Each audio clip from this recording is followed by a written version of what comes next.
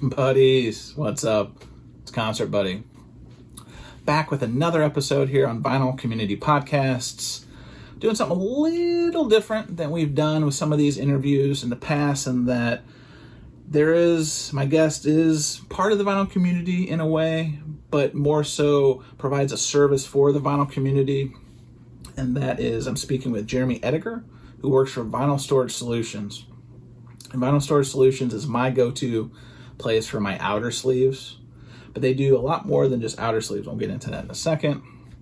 But if you've been watching the vinyl community content for a few years, you go back to Frank Landry, channel 33 RPM, featured a guy named Mike, the founder of Vinyl Storage Solutions, a couple of years ago on his channel, and he kind of came up with this really unique product that is an outer sleeve, really tight film, tight corners, protects your corners, but it kind of was a game changer, and where I've been kind of changing my entire collection over is these dual pocket outer vinyl sleeves, protect your jacket, but then you also have a second pocket where you can pull your record out with ease of access after you seal it.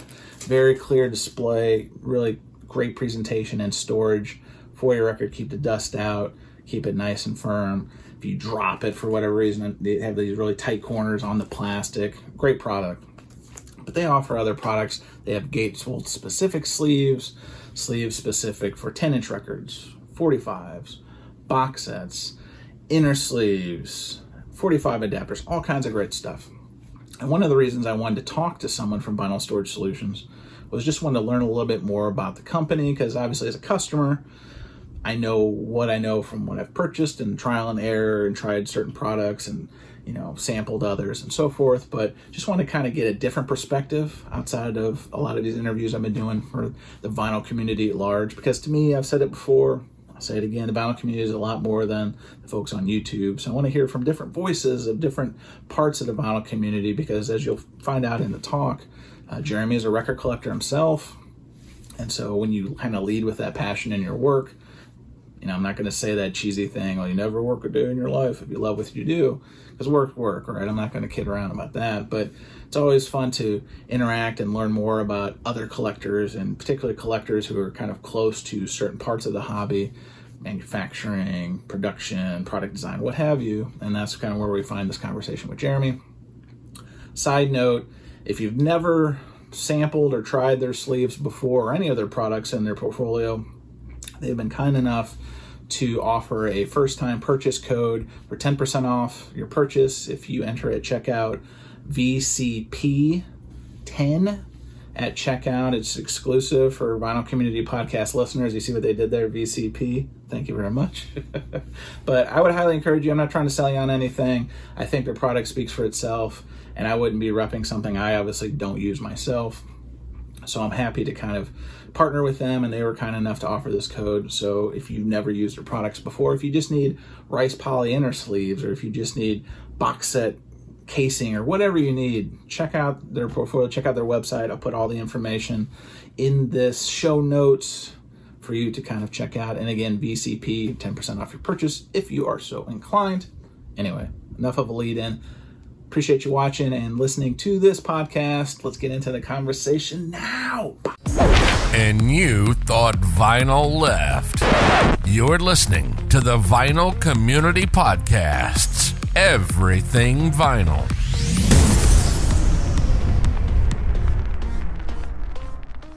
All right, buddies. Welcome back to another episode here on Vinyl Community Podcasts. I am joined today by Jaremy Ediger. Did I say it right? Jaremy Ediger? Ediger. Yes, sir. There we go.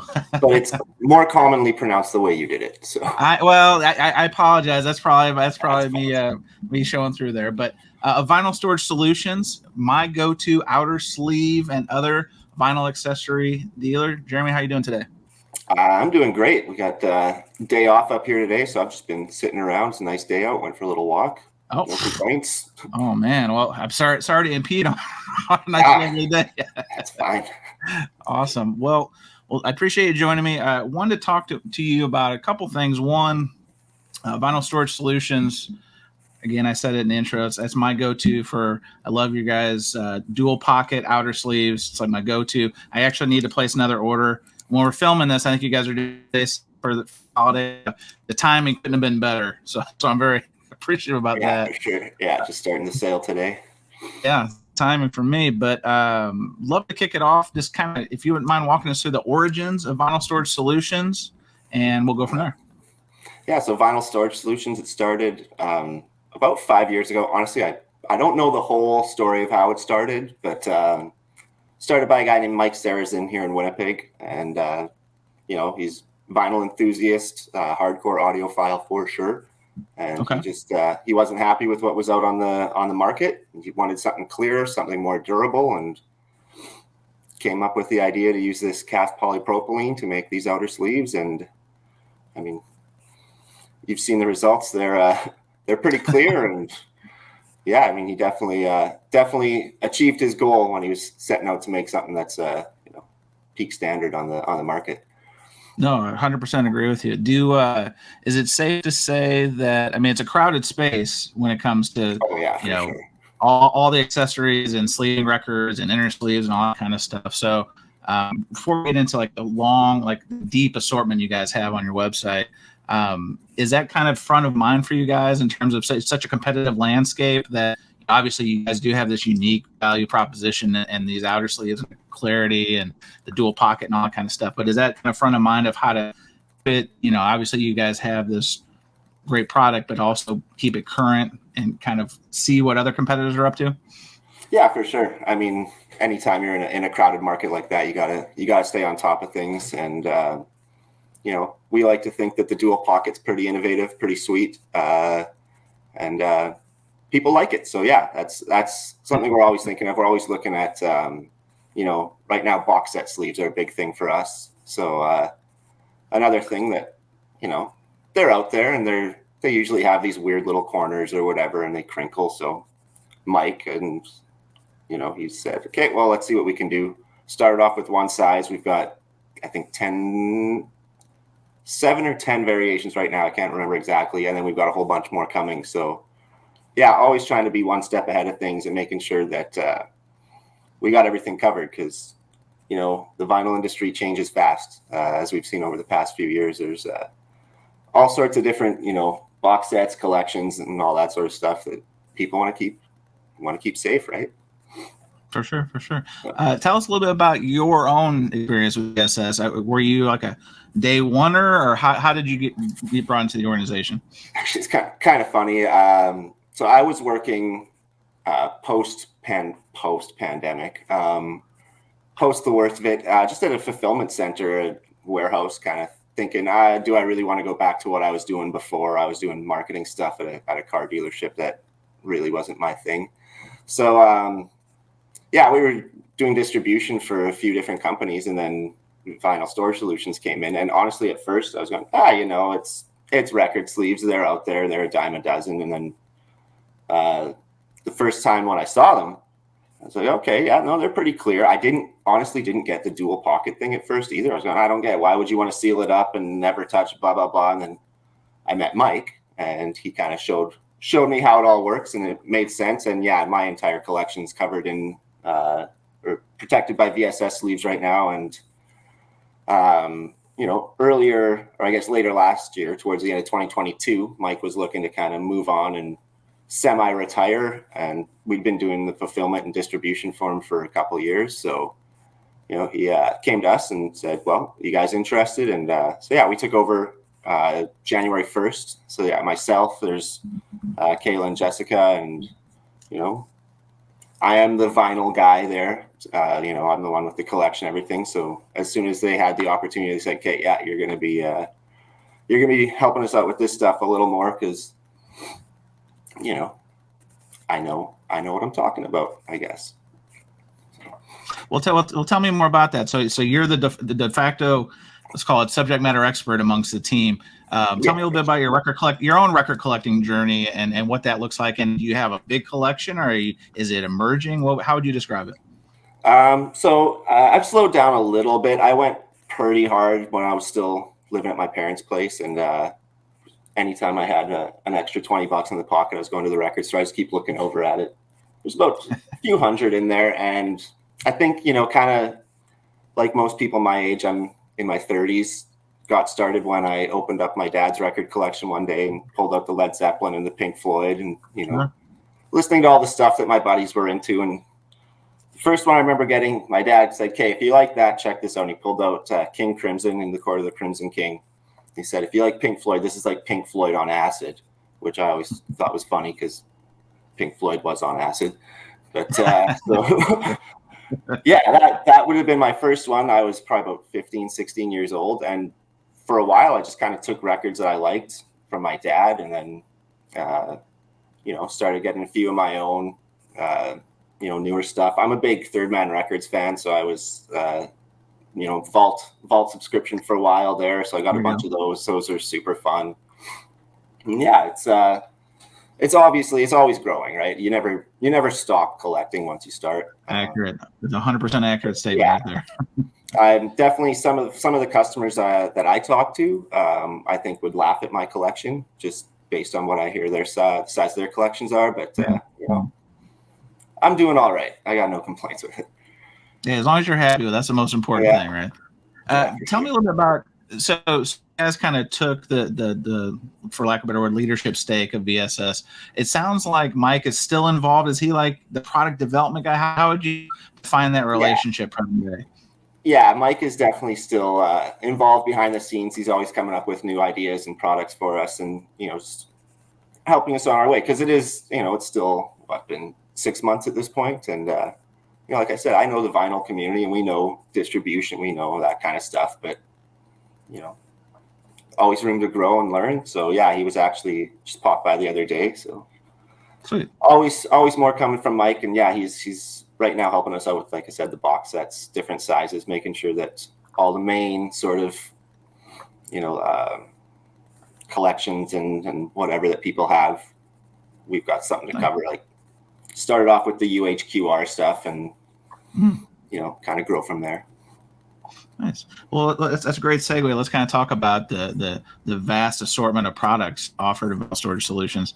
I'm privy, and I know if you're listening to this, you can't it earlier. The dual pocket stove, actually, wrong one. Dual pocket, right? Nice and clear. Can slide it out the back. I mean, it's easy access. Home run for me. And I learned about the product through Mike. I think a video with Frank Landry at Channel 33 RPM up there in Canada. And that was kind of my indoctrination into it, right? And so, and I've found my journey in terms of finding the right product for me is I didn't know. I got a pack, figured it out. And there's been some products, like I tried the gatefold sleeves, wasn't exactly for me. But then I found that like some people Frankenstein and they put like two sleeves together. So there's all these different kind of hacks and so forth. But going back to the actual assortment, what would you say is probably the bread and butter for Vinyl Storage Solution? Is it those dual pocket sleeves? Is it something completely missing?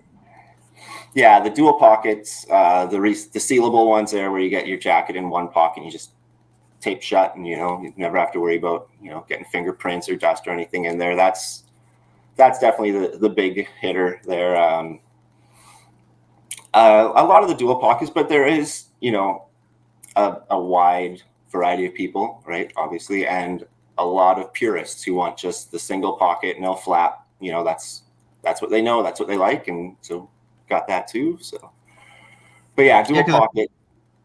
Yeah, because there's like dual pocket, there's tape on the body, there's tape on the actual flap. So I mean, it's a wide array of like one size does not necessarily fit all, right? I think even I don't know if you still offer it. Sometimes the flaps were just tuckable if you didn't even want to have the adhesive on them. So it definitely speaks to trying to appease or at least satisfy all those kind of different variant people that you're kind of talking about. Oh yeah, for sure. And like I said, there's not only such a variety of people, but such a variety of, I don't even know the word I want to use for it, but just different sizes and styles of jackets and, records and stuff, right? Like I've got one that's literally a 13-inch record that I don't have a sleeve for because you didn't make a custom. Right at 13 inches. Yeah, it's huge. It says it's stamped on it. It's one of my Third Man ones. It says, "Y'all's record player ain't big enough." I should have said y'all don't have a sleeve big enough. Yeah, I did say my sleeves ain't big enough either. No, it's funny. It's funny you said that too, because before I found Vinyl Storage Solutions, like I was getting those like single sleeves, put my record behind there, all that kind of stuff.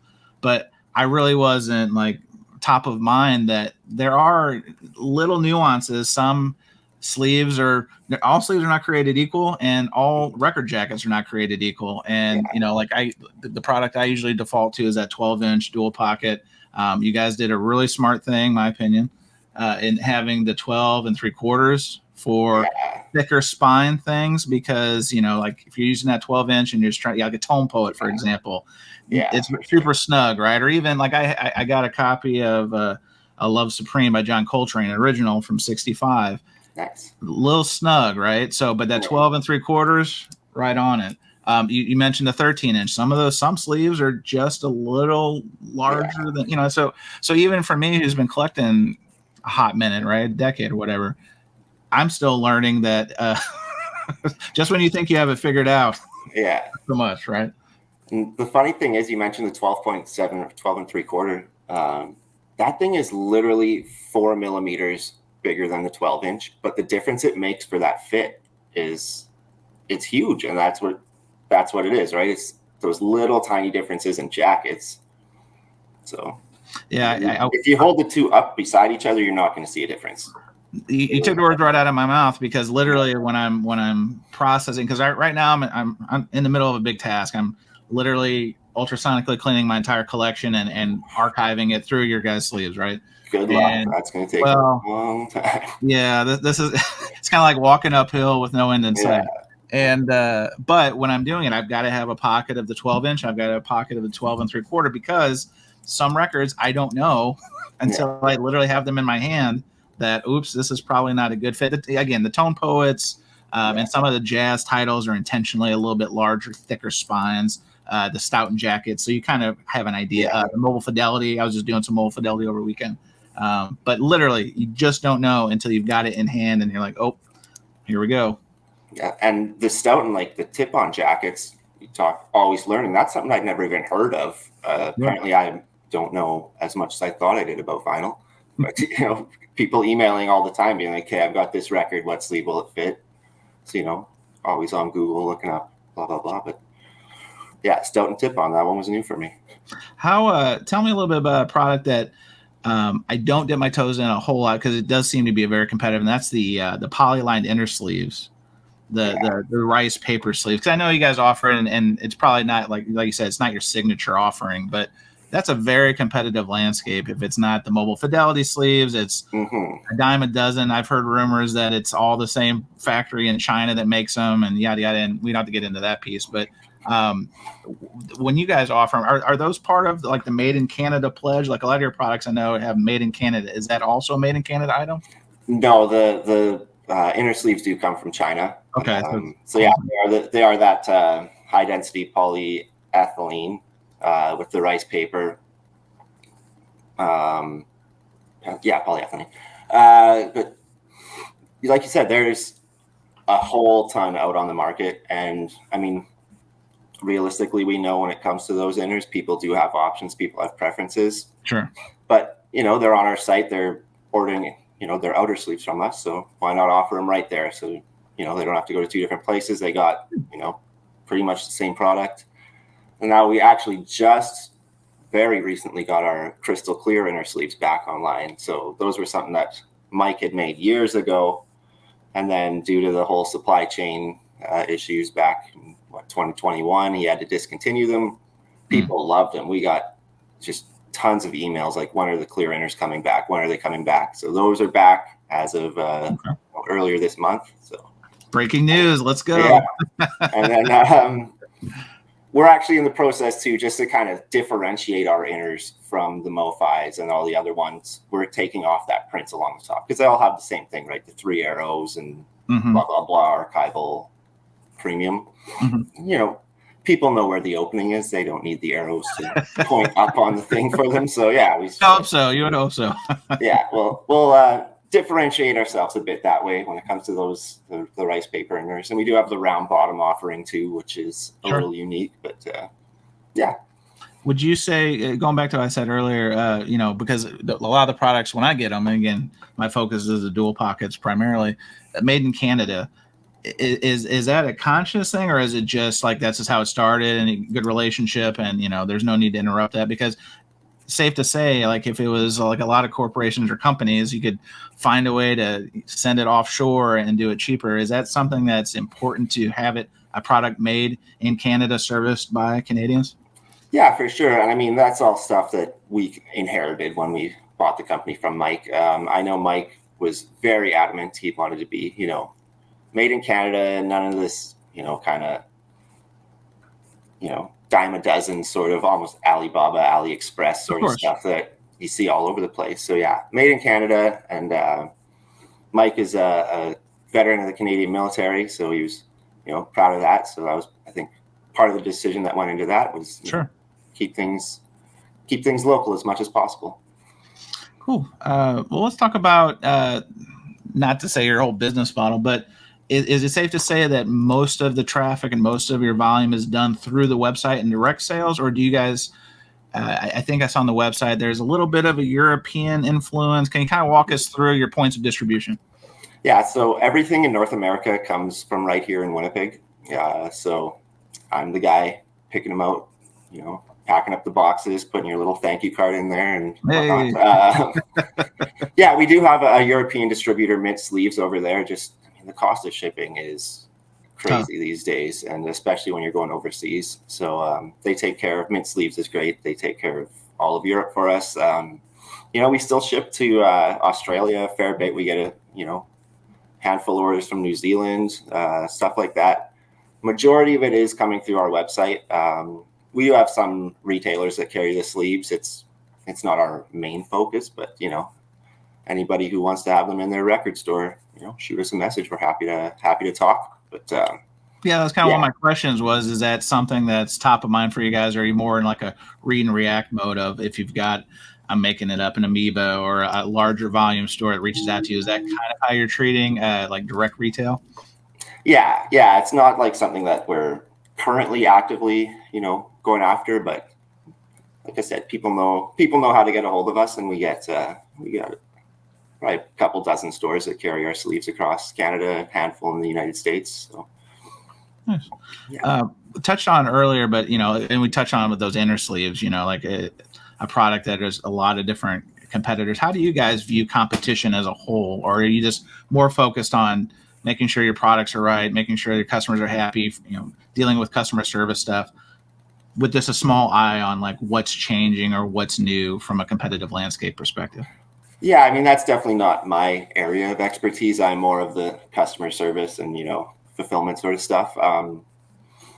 I think, for us, a big focus is just making sure we have that customer service is front of mind. We want to be, getting back to people as soon as we can, helping people out, making sure people are getting the right products, and, that, we're almost a bit of a resource, because we do recognize that it's a little overwhelming when you come to our website the first time and you see all these different sizes and different, styles, flaps and pockets and blah, blah, blah. So I think, for me personally, definitely is just trying to be that as helpful as I can and making sure that, people leave having had a good experience, whether they're first time buyer or whether they've been shopping with us for years. You got to make sure everyone's happy. And what would you say in terms of like delineation of roles? Like, it sounds like it's like a triumvirate, right? It's yourself and Kayla and Jessica. So how would you define? I mean, it's probably everybody kind of chips in where it needs to be, but how would you kind of describe each of your distinct roles? Yeah, so Kayla's definitely like the business side of stuff. She takes care of, ordering products, when we're dealing with manufacturers and stuff like that. Jessica handles most of our, shipping and wholesale stuff. So anytime any retailers that are looking to carry our products, they'll be talking to Jessica. And, if anybody has problems with shipping or anything like that, she's kind of handling that. And I'm the product expert. I was really hoping that I could nail down like a job title before we did this interview, but just didn't get a chance this week. So, I'm the vinyl guy. I'm the one who. Jaremy, I think you should just give yourself your own title. I think it's so fluid that you could call yourself Sleeve Czar or vinyl guy or senior director, vice president of sleeve satisfaction. I mean, I like that. It's an endless runway. Senior Vice President of Sleeve Satisfaction. I'm going to go with that. I mean, rip it, man. Yeah, Business cards can print on Monday. Yeah. I'll send you your royalties every time we get some printed up. Yeah, that's all good. I'm happy to help there. Cool. Yeah. Well, I appreciate the time. Before we kind of exit stage left here, I did want to ask, what would you say is probably the future of vinyl storage solutions in the sense of, I mean, you kind of hit on some new products with the box sleeves and stuff. Kind of give us a glimpse on stuff that's maybe not on the website now, but maybe in development, stuff you can share. Realistically, yeah, box sets is the big thing right now because we brought in these new sizes. We had just tested a bunch out. We had 100 of each, and like there was a handful of them that were gone instantly. And, some that we've still got 90, 95 of sitting there. So right now that's a big focus, is trying to figure out which sizes are going to be kind of the go-tos for people and which sizes we want to focus on for box sets. Is that how you kind of, when you launch a new product, there's an idea, you sample it, you do a limited production run, and then you just kind of throw it out there as kind of a nibble test, for lack of a better word. And then if the customer base responds, then you're onto something? Or do you guys do any kind of targeted emails to customers and ask them for feedback? How do you kind of we don't need to email customers. They will email us and let us know what they're looking for sure. And that is not a complaint at all. It's awesome to hear from people and know what they're looking for, because it does make our job easier to know, like, this is what's in demand. We do also do some stuff that's kind of outside of vinyl. Like, we've got CD sleeves. We've got a new dual pocket CD sleeve coming soon. Cool. Comic book sleeves. There's also that kind of stuff that, like I said, it's not, I wouldn't say it's front of mind, but if we start hearing from people that they're looking for, video game sleeves, then who knows, maybe we'll have Nintendo games storage solutions coming up next. Oh man, breaking news. You heard it here first. Yeah. No, I could see, like, that's kind of been one of the things in the hobby is there's talk. Speaking of video games, it made me think of it is, there are people who buy the video games kind of like baseball cards or sports cards, and they have them graded and sealed, and they have them sealed like permanently in the hard back, like I guess hard sleeves, right, with a barcode on it. And allegedly, I don't know a lot about this area, but allegedly vinyl is, in the crosshairs of, people buying records to never open them and collect them. So I'm not trying to give you guys any R&D insights, but I mean, you said video games. I would not be surprised. That's another avenue. Collectors are collectors, right? Doesn't matter whether you're collecting vinyl, video games, baseball cards, coins. When you're passionate about something, you're passionate about something, and you want to protect. A lot of people do view it as an investment. Personally, I like to play my records. I like the, the kind of the hands-on aspect of things, sit down. One thing I really like about it is it forces you to listen to the whole record. You're not skipping tracks and everything. So intentional like that. Yep. Yeah. But there are those collectors who are, I'm buying this as an investment. I'm going to hand this down to my children at some point. Whether that pans out for them in the long run, whether they, however many million copies of Midnights are out there right now, I'm not sure. Wait, you're telling me that my plan years ago to buy every copy of Huey Lewis and the New Sport is going to fail? Because when I found out they sold millions of them, I stopped at about 13 copies and realized. I hate to break it to you, yeah. Oh, man. Yeah. Tough one.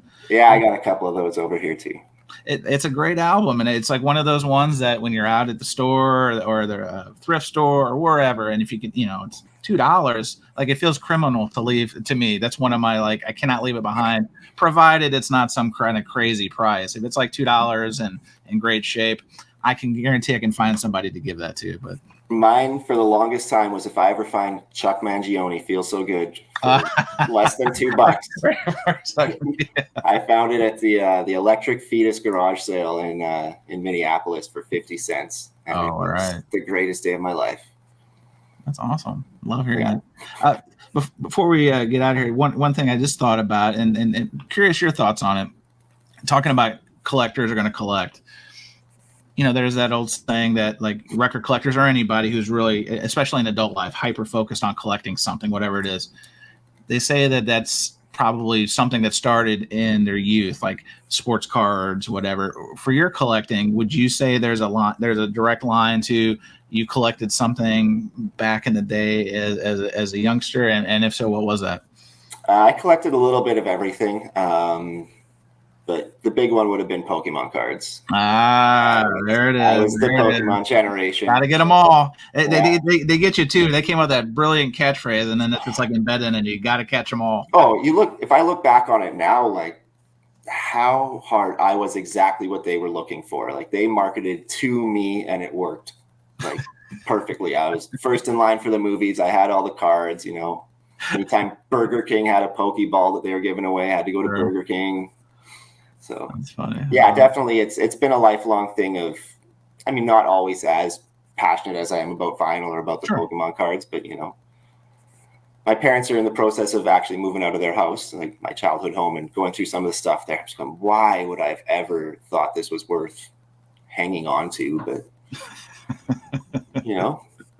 they used to say that about records too, and then here we are. We're in the vinyl renaissance, quote unquote, right? Yeah.